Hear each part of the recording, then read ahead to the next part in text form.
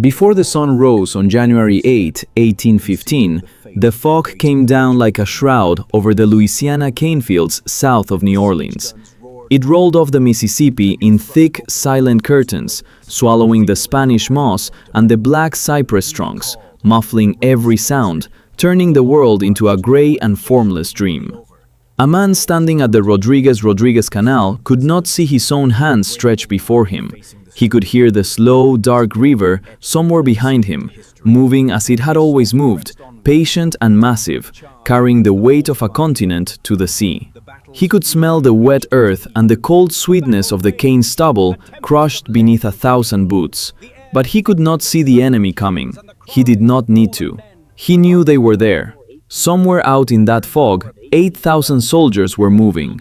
They wore red coats and tall shakos. They carried bayoneted muskets, scaling ladders, and woven bundles of sticks called fascines, meant to fill in ditches so an army could cross them. These were not raw recruits frightened of their first fight. These were veterans of the Napoleonic Wars, men who had faced the Grande Armée itself across the blood-soaked plains of Europe, men who had stormed fortresses and broken cavalry charges and endured cannonades that turned the earth into craters. They had fought under Arthur Wellesley, the Duke of Wellington, the greatest general of the age. They had helped defeat Napoleon.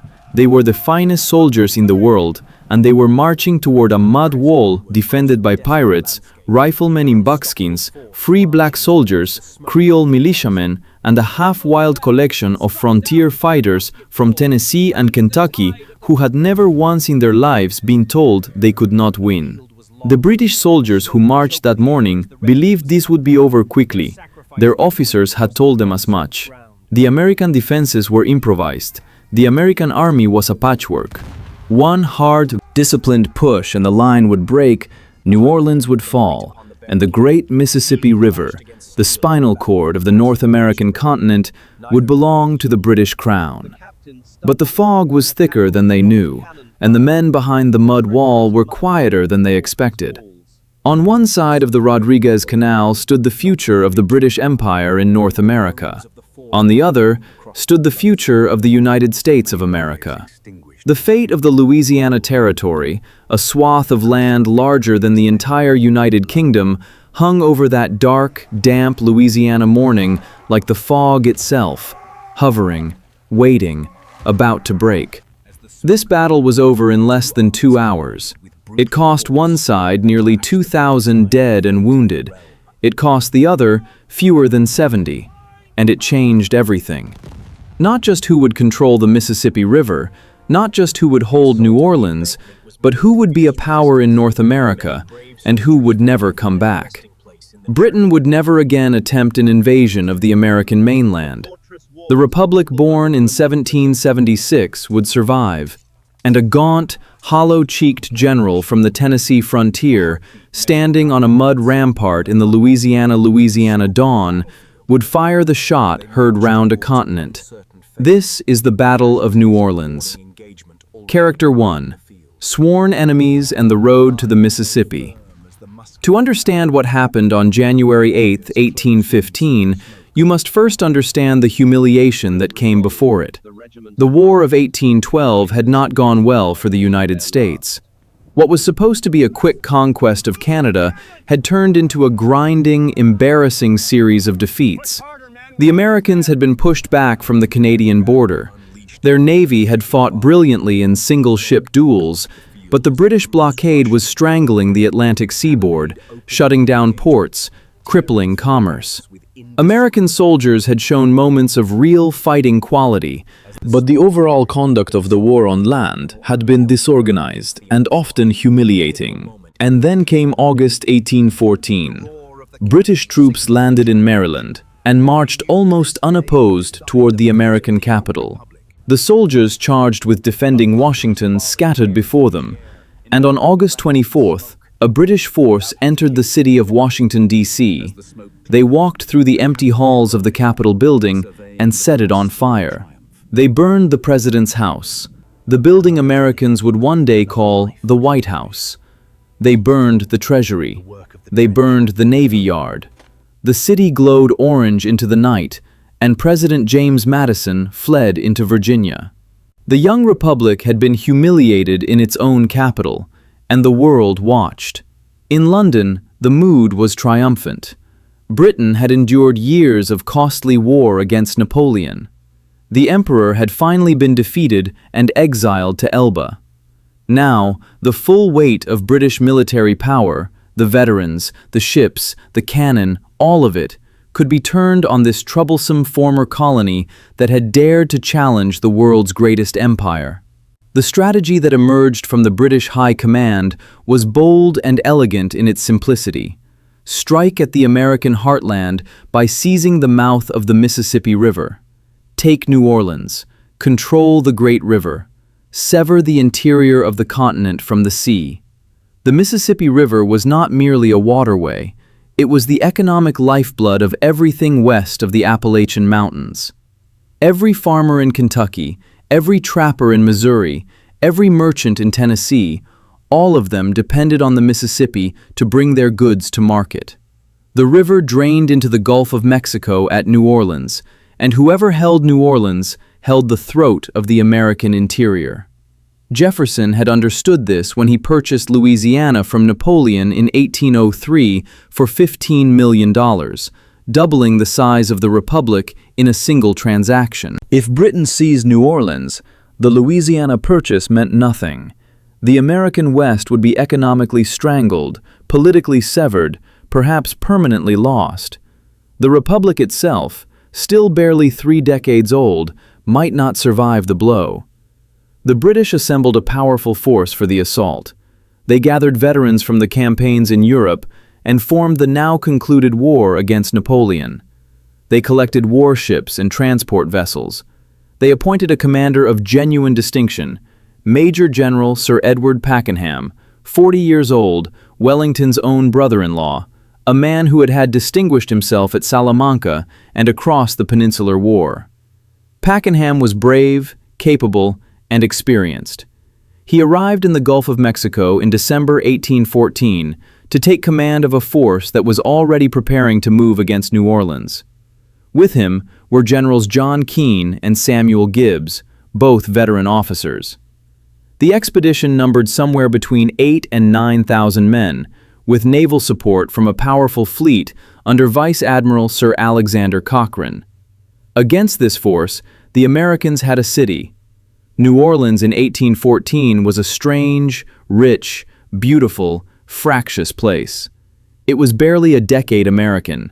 Its population was a mix of French Creoles, whose families had been in Louisiana for generations, Spanish Creoles, free people of color who had their own distinct culture and legal rights under the old French and Spanish systems, enslaved people, American settlers who had arrived after the Louisiana Purchase, and a considerable number of pirates and smugglers based out of the Baratarian Bay south of the city. The city spoke French and Spanish as often as English. It was not certain that all of its residents felt any particular loyalty to the United States government, which many of the older Creole families regarded as a foreign occupier, barely more welcome than the British. Into this complicated, turbulent city, in December 1814, came a man who would permit no complications. Andrew Jackson rode into New Orleans on December 1st, 1814, and the city immediately understood it was dealing with a different kind of force. He was 47 years old, 6 feet 1, impossibly thin, ravaged by years of frontier warfare, dueling, and an old wound that left a British musket ball lodged near his heart, and he radiated a controlled fury that never quite subsided. He had grown up on the Carolina frontier, orphaned in the Revolutionary War, captured by the British as a boy, slashed across the hand and face by a British officer's sword when he refused to polish the officer's boots. He had carried that scar and that memory for 40 years. He did not like the British. He did not trust them. And he was not inclined to accommodate anyone who suggested that New Orleans could not be held. Jackson held. Jackson arrived to find the city in a state of political paralysis. The Louisiana legislature was debating whether to negotiate with the British rather than resist. The governor was uncertain. The local militia was poorly organized. The city's defenses were almost non-existent. Jackson declared martial law, seized what he needed, and began turning New Orleans into a fortress. He did not ask permission. He did not wait for consensus. He moved with the absolute certainty of a man who understood that hesitation was a death sentence, and that the British were already in the Gulf.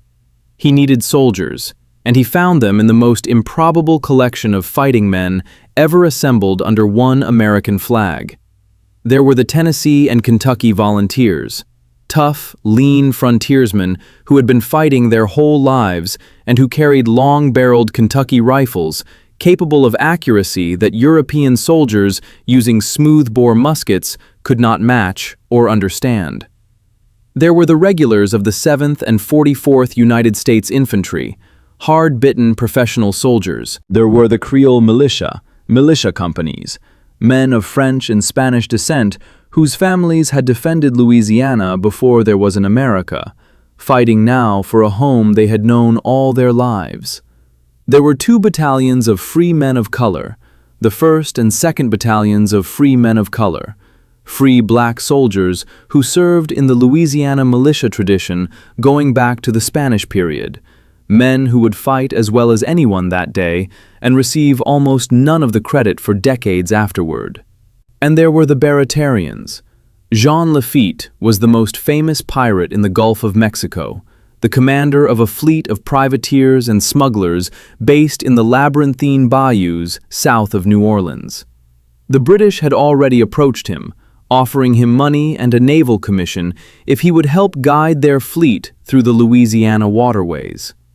Lafitte had declined and had gone instead to Governor Claiborne to offer his men and his considerable knowledge of the local terrain in service of the American defense. Jackson initially dismissed him as a pirate and a criminal, but Lafitte's men had something Jackson desperately needed: gunpowder, flints, and experienced artillerymen who knew how to service cannon. Jackson was a practical man. He accepted the offer. Among those who came to serve on the American guns was Dominique You, a veteran artillerist of legendary skill and considerable personal courage, who would prove his worth before the day was over. There were also Choctaw warriors fighting alongside Jackson as they had in the Creek War, men who knew this land with an intimacy no map could capture. This was the American force. It was not an army by European standards. It was a coalition of the willing, the desperate, the pragmatic, and the brave, drawn from every corner of a diverse and fractious republic, united by one hard fact: if the British took New Orleans, all of them lost everything.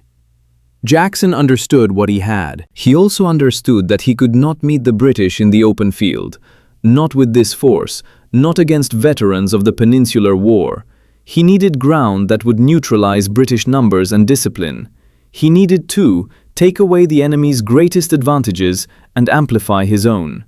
He rode south from New Orleans, studying the terrain below the city, looking for the place where a smaller, unconventional force could make a stand that conventional military wisdom said was impossible. He found it at the Rodriguez Canal.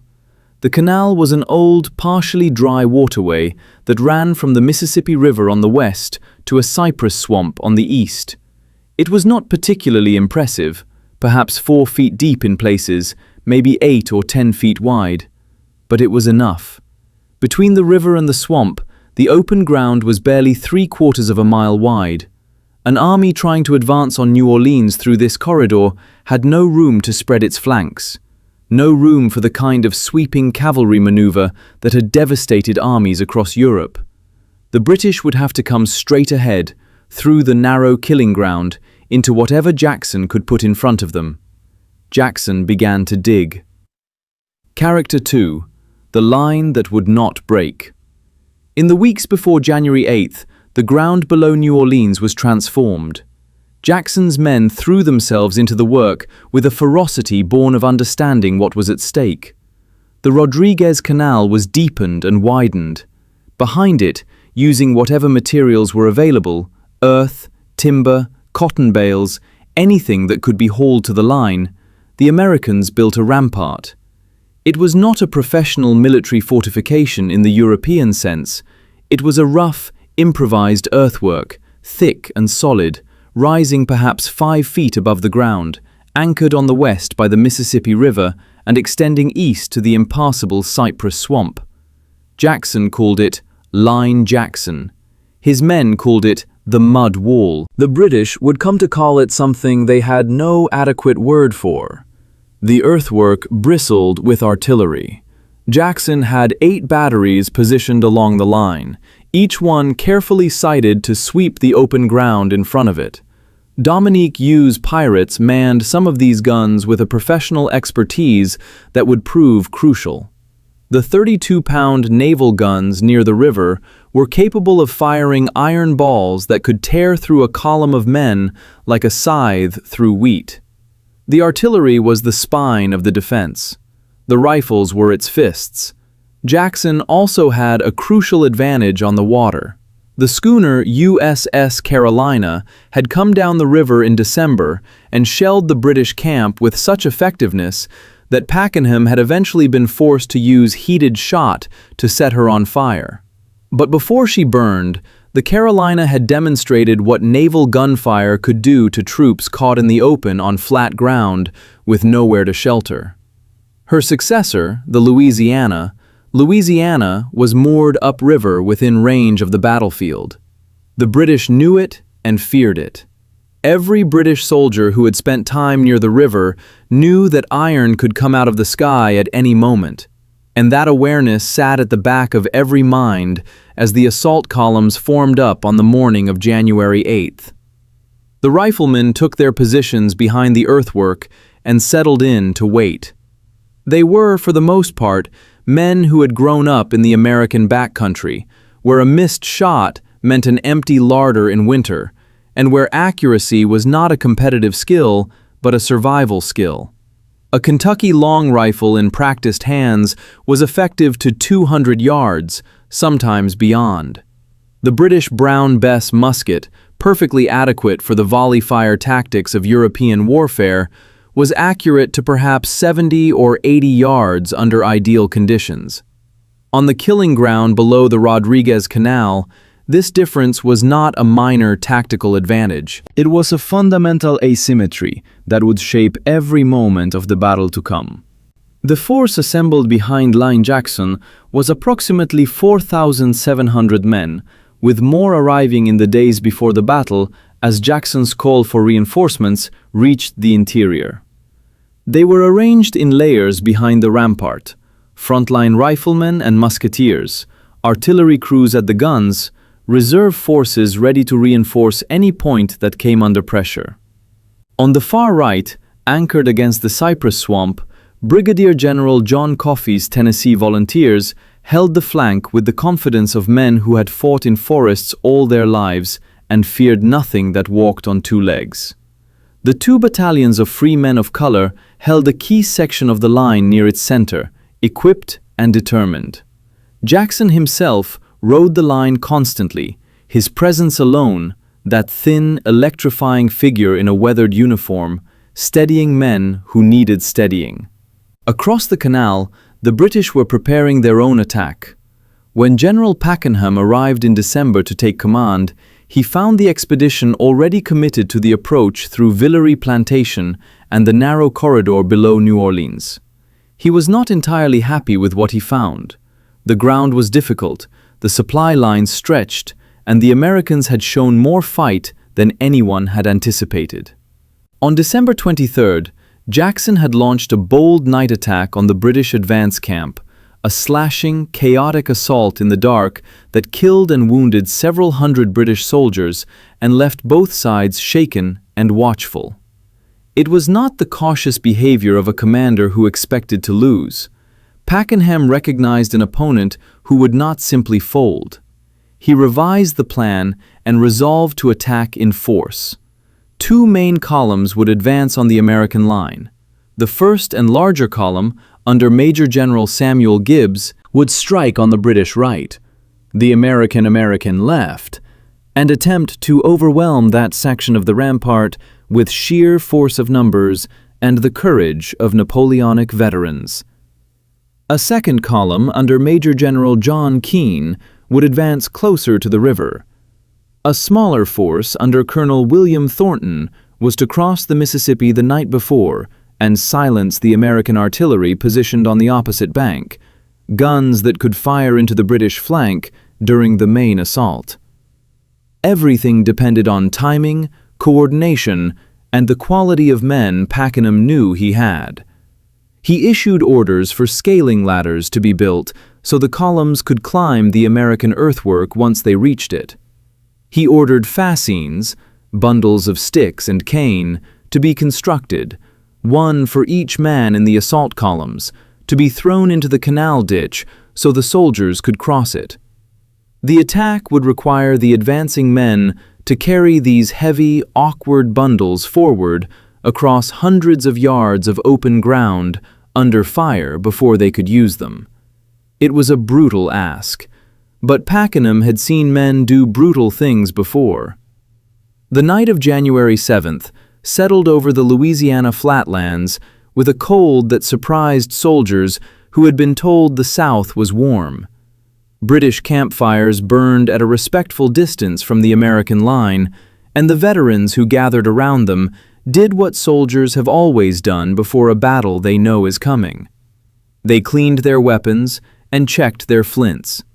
They ate what was available, which was not much after weeks of living off supply lines stretched across Lake Borgne and through the Louisiana bayous. They wrote letters home that might never arrive, or might arrive as the only memorial of a man who was no longer alive to write another. They talked quietly about the assault, about the mud wall they would have to cross, about the American rifles. Some of them had already faced those rifles in the skirmishes and probes of the preceding weeks, and they had seen what the long guns could do. A British officer named Lieutenant George Gleig, who kept a journal of the campaign, wrote of the night before the assault. "The men were cheerful," he said. "They joked. They talked about what they would do in New Orleans. They did not speak of fear, because fear was not something veterans of Salamanca and Vitoria acknowledged openly. But there was a quality of silence in the pauses between the joking, a quality of men deciding something privately, making peace with what the morning held." Some of the older veterans who had been in the army long enough to know what a defended earthwork looked like from the approach talked in lowered voices about the Spanish fortifications they had stormed in Portugal, about the casualties at Badajoz, about the way a defended position always looked worse from a distance and never quite as bad up close. They were telling themselves the story that soldiers tell themselves before an assault, that it will not be as bad as it looks. Sometimes the story is true. Behind the American line it was different. The riflemen from Tennessee and Kentucky were not given to introspection of the European military variety. They sharpened their knives and checked their powder. They told each other the British were not so hard to hit as a deer running through timber, and maybe they were not entirely joking. Jackson rode the line after dark, speaking to men by name where he knew them. A soldier who saw him that night later recalled that Old Hickory looked like a man who had already decided how the day would end and was simply waiting for the world to catch up with his decision. The fog came in after midnight. By 4 in the morning it was impenetrable. At 5, the British began to move. Character 3. The morning of Blood Phase 1. The fog and the march.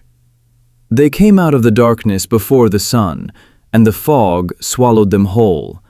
The British columns formed up in the cane fields south of the American line and began their advance in near total silence, as professional soldiers do when they have been told that surprise is essential. The ground beneath their boots was soft Louisiana clay, waterlogged and treacherous, and the mist pressing down from the river was so thick that officers at the front of the columns could not see the men 50 yards behind them.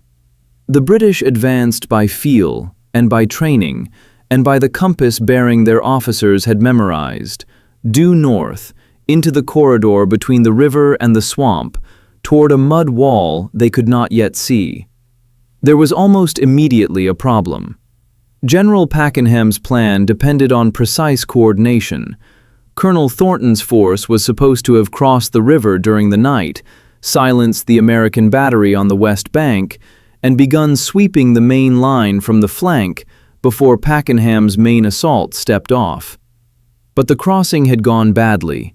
The boats were not enough, the current was stronger than expected, and Thornton crossed with far fewer men than planned.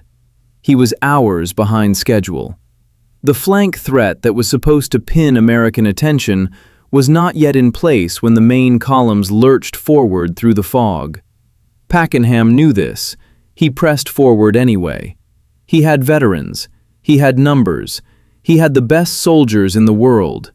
The Americans, he had been repeatedly assured, would not stand when the British came in with bayonets fixed.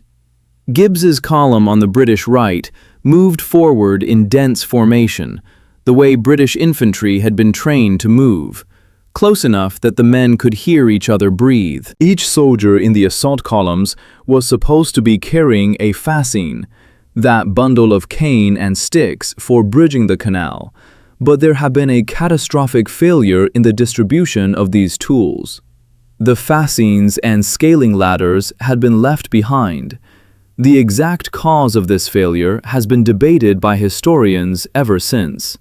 What is certain is this: as the British assault columns crossed the open ground toward the Rodriguez Canal, most of the men in those columns were carrying nothing but their muskets and their bayonets. They had no means to bridge the ditch. They had no ladders to climb the wall on the other side. When they reached the canal, they would be stopped. None of this was known to the men marching in the fog. The fog began to thin as the columns advanced. Slowly, incrementally, the gray lifted. The cane fields emerged. The flat ground took on definition. And then, at approximately 6 in the morning, some accounts say 6:15, others say closer to 7, the fog playing tricks with every soldier's sense of time, the fog tore away from the American line, and for the first time, both sides saw each other clearly. Phase 2. The guns speak. On the American rampart, a Creole officer raised his glass, looked at the advancing British columns, took a long breath, and gave the signal. The American artillery opened fire. The fire. The sound that followed was not like anything the cane fields of Louisiana had ever heard before. 8 batteries firing simultaneously created a concussion that men felt in their chests before they heard it with their ears. A deep, rolling thunder that merged with itself until it became not a series of shots, but a single sustained roar, a voice of iron.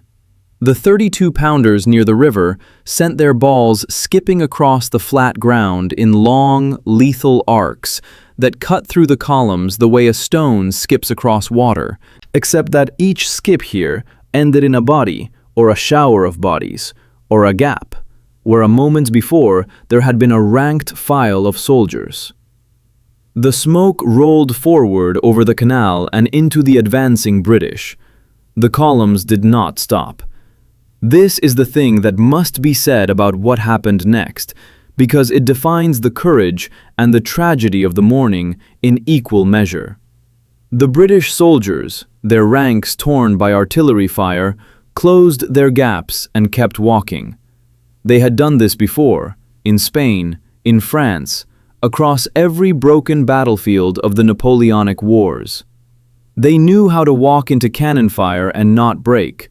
They had been trained to it, had endured it in a dozen engagements, had learned in their bones that the way through artillery was to keep moving, because the man who stops dies just as surely as the man who advances, and at least the man who advances might reach the enemy line. So they kept walking. The drums were beating. The officers were shouting. The British infantry came on through the smoke and the iron. But the drums could not drown out what happened next. Phase 3. The Rifles. The riflemen behind the mud wall watched the British columns come. They waited the way hunters wait, without drama, without noise, without the warrior's instinct to meet an advancing enemy with a shout.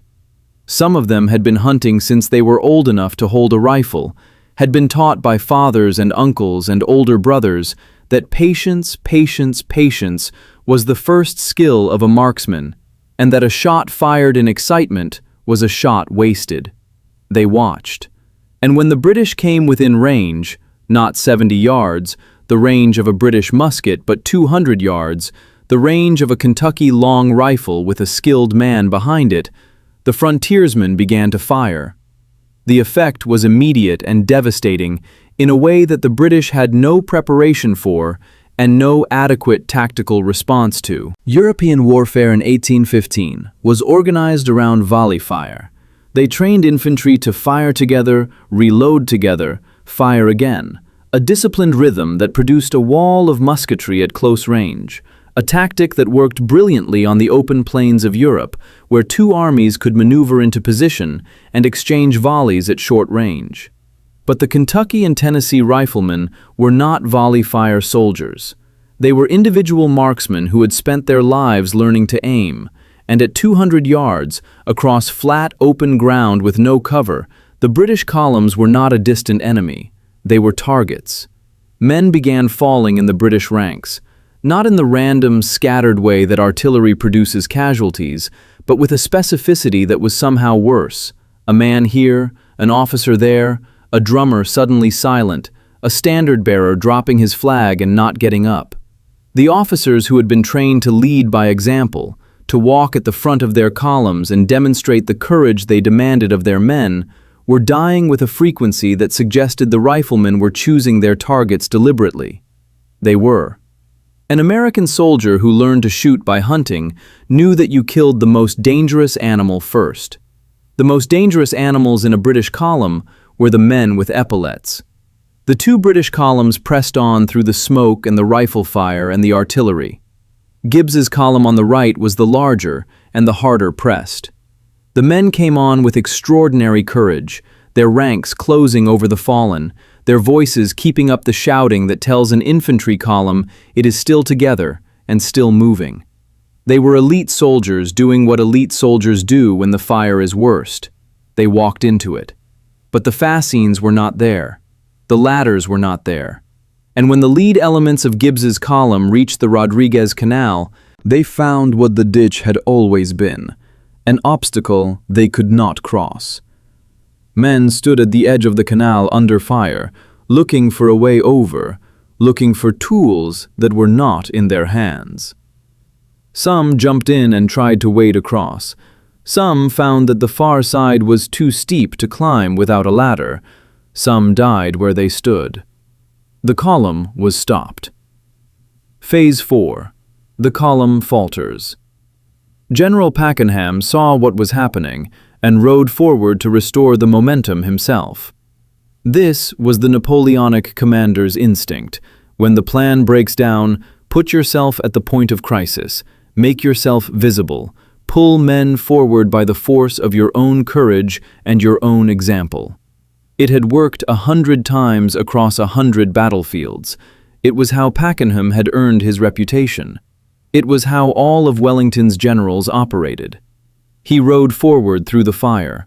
A musket ball struck his arm. He kept riding. He reached the front of the line, urging men forward, trying to reform the stalled column, his voice cutting through the noise. Then a second shot struck him. He fell from his horse. General Pakenham was carried to the rear. He died within minutes. He was 41 years old. When news of Pakenham's fall spread through the assault columns, and in battle these things travel faster than orders, carried by the eyes of men who watch the leading figure and know instantly when he goes down, the impact was immediate. Not panic, not yet, but a hesitation, a change in the quality of movement. The column had been leaning forward, pressing toward the mud wall through everything the Americans could throw at it. And now the force behind that forward pressure was suddenly, terrifyingly, uncertain. General Gibbs also fell, shot multiple times, carried from the field mortally wounded. General Keane was wounded and had to be helped from his horse. In the space of perhaps 20 minutes, the 3 senior commanders of the British assault force had been cut down. The columns were effectively leaderless at the moment when they needed leadership most. But the men in those columns did not simply break and run. Let the record show that. These were veterans who had fought under Wellington for years, and they knew their duty, and they kept trying to do it. Some small groups of the 93rd Highlanders, the regiment that had advanced on the left, pushed forward and actually reached the parapet of the American earthwork, clambering up the mud wall with their bare hands, fighting their way to the top. For a moment, extraordinary men in red and tartan stood on the American rampart, fighting hand to hand with the defenders. But those moments were islands in a sea of fire. There were not enough of them, in the right places, at the right time. The column as a whole was stopped, shot to pieces, its leadership gone, its tools missing, its formations broken by the canal and the rifle fire and the relentless cannon. Major Wilkinson of the 21st Foot led a group of men to the wall and was shot climbing it. He fell back into the ditch and was found there still breathing hours later, nearly the only survivor of the men who had made it that far. A few of the Highlanders of the 93rd, who had marched into the open ground without cover in what became one of the most celebrated acts of doomed courage in British military history, died where they stood rather than retreat. The regimental roll of the 93rd before January 8th listed nearly 900 names. When the roll was called after the battle, fewer than 200 answered. Phase 5. The collapse. The rout, when it came, did not come all at once. Armies do not simply stop and run, even armies that have been beaten as badly as the British were being beaten on January 8th. What happened was more like a slow, inevitable unwinding. Men at the edges of the columns beginning to fall back, the movement spreading inward, the sense of forward momentum reversing, until what had been a disciplined advance became a withdrawal, and then a retreat, and then, in some units, something that approached a rout. The American riflemen never stopped firing. They were methodical about it in a way that European soldiers found unnerving, almost inhuman, taking aim, firing, reloading, taking aim again at their own pace, without the drums or the shouts or the pageantry of the volley fire that European infantry used to maintain its courage. The Kentucky men reloaded their long rifles in 15 seconds, sometimes fewer. They did not waste shots. Every shot was aimed. The American artillery continued to rake the retreating columns. The 32-pounders near the river fired into the packed British formations at ranges that turned every ball into a lane of carnage. The smoke thickened over the battlefield until the British and the Americans could barely see each other through it, and the firing went on in the smoke, both sides hearing more than seeing, the Americans shooting at movement and sound and doing terrible work. The British began to give ground, slowly at first, then faster. Units that had maintained their formation in the advance began to break apart in the retreat. Officers who were still standing shouted orders and pointed toward the rear and tried to keep men together as they fell back across the killing ground. But the killing ground was no less deadly in retreat than in advance, and the American fire did not slacken because the British were moving away. By 8 in the morning, perhaps less than 2 hours after the first British columns had stepped off in the fog, it was over. The last British units that had pushed anywhere near the American line were pulling back. The field south of the Rodriguez Canal was covered in red. The men who could move were moving south as quickly as they could, and the men who could not move were lying where they had fallen, in the positions where the fire had found them. On the west bank of the river, Colonel Thornton's crossing had ultimately succeeded in part.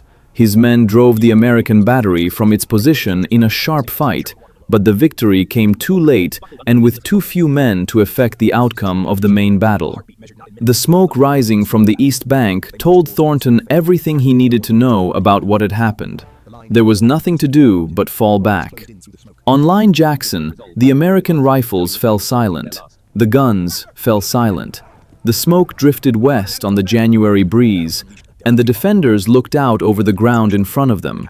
The ground they had held, the ground the British had tried to cross and failed to cross, and for a long moment, nobody moved. Then, somebody began to cheer. The cheer spread down the line the way the battle had spread, organically, from man to man, until it became one sustained roar, rising from the Rodriguez Canal into the Louisiana winter morning. Tennessee men and Kentucky men, Creole militia and free black soldiers, pirates and regulars and Choctaw warriors, all of them shouting with the same voice, the voice of men who had been told they would lose and had not lost, who had been told they could not stand and had stood. Jackson rode the length of the line. His horse moved at a careful walk. He said very little. He had already known how this day would end. He had known it in the fog before the guns started firing, had known it in the weeks of preparation, in the choice of ground, in the placement of the guns, in every decision that had brought 4,700 Americans to this mud wall on this January morning. But even Jackson, iron, implacable, unsentimental Jackson, felt something on that ride, something that the journals of his aides record carefully, and that the man himself never adequately described. The morning air was cold and sharp, and smelled of gunpowder and the river, and the living were cheering, and the dead were past all cheering, and the British were gone. New Orleans was saved. Character 4. The Reckoning. The silence that follows a battle is one of the strangest silences in human experience. It arrives after hours of noise so overwhelming that the ears have stopped trying to process it, and when it comes, it feels not like quiet but like a different kind of sound, the sound of absence, the sound of what is no longer happening. On the morning of January 8, 1815, that silence settled over the ground between the Rodriguez Canal and the distant British camp, and in that silence, both sides began to count. The British counted their dead and their wounded, and the men who had simply walked away from the formations and not come back. The numbers, when they were finally assembled, were staggering even by the brutal standards of the Napoleonic Wars.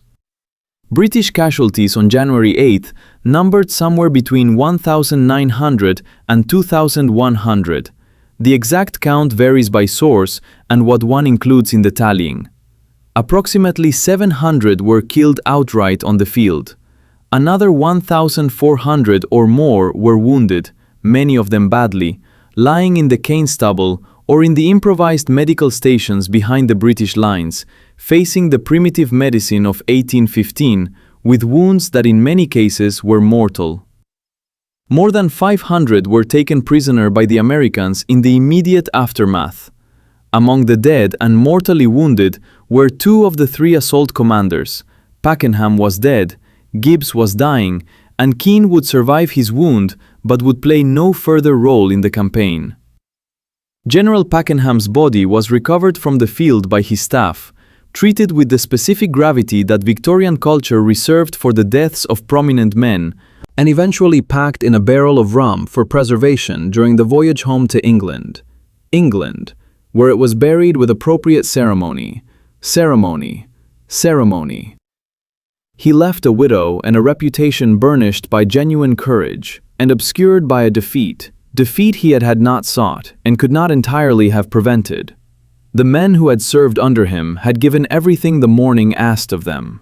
That they had been sent into that morning without adequate tools, onto ground they could not cross, against a defense that negated their greatest advantages. These were failures not of courage, but of planning and logistics, failures that had begun weeks before the first shot was fired. The Americans counted 17 dead and perhaps another 50 wounded on the main line. The precise figures are disputed and vary depending on which accounts one credits, but all of them converge on a total so vastly different from the British losses that contemporaries could barely believe it when the numbers were reported. 71 American casualties against nearly 2,000 British. The ratio was not merely lopsided. It was almost incomprehensible to anyone who had been taught that war was an approximately equal exchange of suffering. What made it possible was the combination of ground, weapon, preparation that Jackson had assembled over the preceding weeks. The British had been forced into a narrow corridor with no room to flank. Their artillery had been positioned too far back to effectively suppress the American guns. Their infantry's smoothbore muskets were effective only inside the range where the American rifles had already done their work. And the earthwork itself, rough, improvised, built of cotton bales and Louisiana mud, had proven adequate to stop the fire that hit it and to shelter the men behind it from the volleys that the British delivered in the moments when their front ranks were close enough to fire. The battlefield itself, in the hours after the guns fell silent, was a landscape of ruin. The flat ground between the canal and the distant tree line was crossed and recrossed with the paths the British columns had taken and the paths they had retreated on, and along those paths were everything that a broken army leaves behind.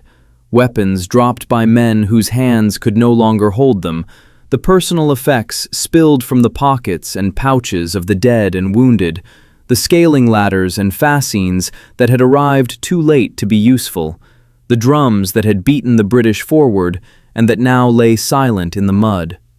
The wounded who could not move lay in the cold and called for water. Some of them would survive, many would not.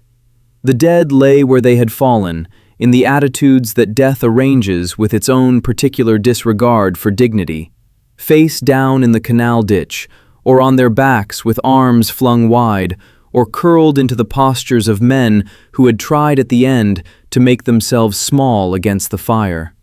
The morning fog had long since lifted, and the winter sun of Louisiana came down pale and level on all of it, on the British dead and the few American dead and the wounded of both sides, and the terrible equality of what the battle had made of them. Jackson did not pursue the retreating British in force. He was too careful and too practical for that. The British army, beaten though it was, still numbered several thousand men, still had its naval support, and still represented a force that could do serious damage to a pursuing army that outran its own artillery. Jackson held his position, maintained his line, and let the British withdraw without pressing them. It would not matter. On January 18th, the British Army began its full evacuation from Louisiana. They had been in the Gulf for weeks. They had lost their commanding general and two of his subordinates. They had bled in the cane fields, and there was nothing left to accomplish. The ships took them away, and the Gulf of Mexico swallowed them, and Louisiana was American.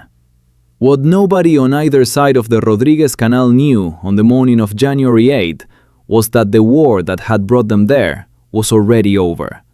The Treaty of Ghent, negotiated between British and American diplomats in the Belgian city of Ghent, had been signed on December 24, 1814, 2 weeks before the battle. The American negotiating team, which included John Quincy Adams and Henry Clay, had reached an agreement that essentially restored the pre-war status quo. No territorial changes, no formal resolution of the impressment issues that had sparked the war in the first place, simply a cessation of hostilities and a return to the situation as it had existed in 1812. Neither side had won the war on paper. Both sides claimed victory. The war was finished before the shooting started at Chalmette, and men died for ground that had already, technically, been secured by diplomats who would never know what the last 2 hours of that conflict looked like from the parapet in the January fog. 5. What the fog remembered. History has a way of simplifying the battles that matter most. It strips away the confusion and the mud and the fascines left behind by mistake, strips away the politics and the piracy and the Creole militiamen who spoke French while loading their muskets, and leaves a clean story. Frontier riflemen beat British regulars and America was safe. That story is not wrong, but it is not everything. What actually happened in the fields below New Orleans in the first weeks of 1815 was something more complicated and more interesting than the legend allows. It was a victory of preparation over momentum, of terrain intelligence over numbers, of a genuinely diverse army of American citizens, free black men, Creoles, pirates, frontier hunters, regular soldiers, over the finest conventional military force of the age. It was a victory made possible by a man who understood that the rules of European warfare did not apply in the Louisiana mud, and who had the will and the authority to create something entirely different on the Rodriguez Canal in the weeks he was given. Andrew Jackson left New Orleans a hero. The scale of the victory, those numbers, 71 Americans against nearly 2,000 British, traveled across the country in newspapers and dispatches and word of mouth with the speed of a story too extraordinary to be kept quiet. In a nation that had spent 3 years fighting a war full of retreats and burned capitals and humiliations, the Battle of New Orleans was intoxicating. The Republic had not merely survived, it had won, in the most emphatic possible fashion, against the best the British Empire could send. The battle made Jackson president. Not immediately, there were elections and campaigns and political struggles still to come, but the reputation established at New Orleans followed him for the rest of his life, growing with every retelling until Old Hickory and the Battle of New Orleans were inseparable in the American imagination. In 1828, that reputation carried him to the White House. The man who had stood on the mud wall and refused to give ground became the president who refused to give ground on anything, for better and for worse. The British, for their part, drew conclusions that they lasted. They never again attempted an invasion of the American mainland.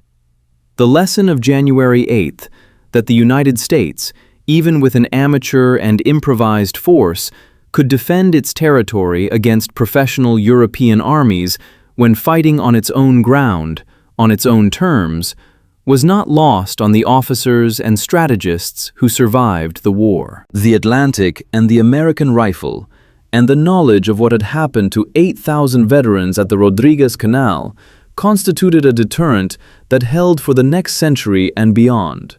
The battle entered American mythology with remarkable speed. A song called "The Hunters of Kentucky" appeared within a few years of the battle and was sung at taverns and political rallies across the country, celebrating the Kentucky riflemen who had shot the British in the fog. It was not entirely accurate history. It somewhat diminished the contributions of the Creoles, the Free Black Battalions, the pirates, the regular infantry, the Choctaw warriors, and everyone else who had held that line. But it captured something real about the feeling of the moment, the feeling that a new kind of soldier and a new kind of nation had proved something fundamental about what they were. They were the free men of color who served in the 1st and 2nd Battalions of Free Men of Color held their section of Line Jackson that day with the same courage and effectiveness as every other unit on the rampart. Their contribution was acknowledged by Jackson in dispatches written immediately after the battle, in which he praised their valor explicitly and without reservation. In the decades that followed, as American racial politics moved toward the catastrophe of the Civil War and beyond, their role in the battle was increasingly minimized or ignored in the popular histories, their names removed from the story that was being told about what America was and who had built it. That erasure was its own kind of violence, visited on men who had bled for the same mud wall as everyone else. The restoration of their place in the history of January 8, 1815, is a work still in progress 210 years later.